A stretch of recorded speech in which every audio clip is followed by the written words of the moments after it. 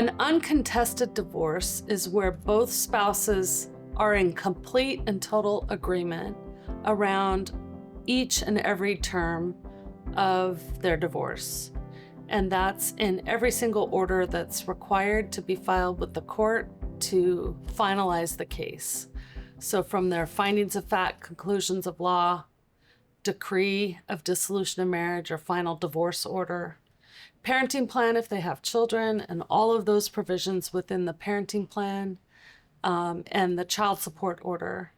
And in terms of their decree, it means they've decided, and they're in 100% agreement, how to divide all of their assets, including their home, what to do with their home, what to do with retirement, any investments, the whole 9 yards, and then also any liabilities and how they're going to divide the liabilities, and whether there's spousal support, whether there's a need for attorney's fees.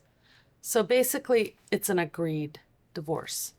If a couple has a truly uncontested divorce where each and every provision of every document that needs to be entered with the court is agreed to, so all decisions are made together jointly and agreed to, there's still that 90-day waiting period. But theoretically, if all of their documents are in order based on this agreement that they've reached, they could conceivably be divorced on day 91. Contested divorces are typically more common than uncontested divorces simply because there are so many decisions that must be made, either by the couple through the advice of their counsel or through a mediator or in a collaborative divorce process or by the court making final determinations.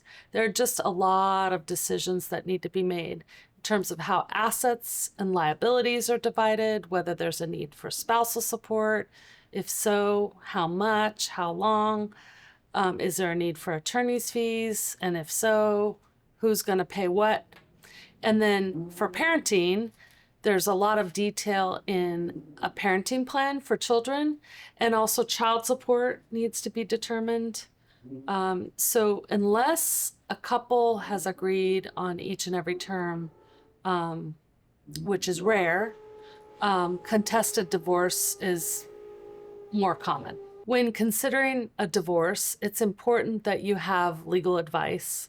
So it's recommended that you have counsel, whether it's uncontested or contested.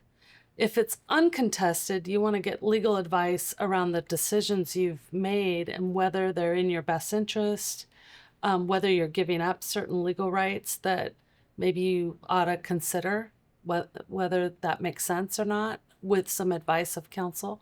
If it's contested, you're going to need more help with counsel, helping you to navigate those questions and those decisions and advocate for your best interests and advise you every step of the way.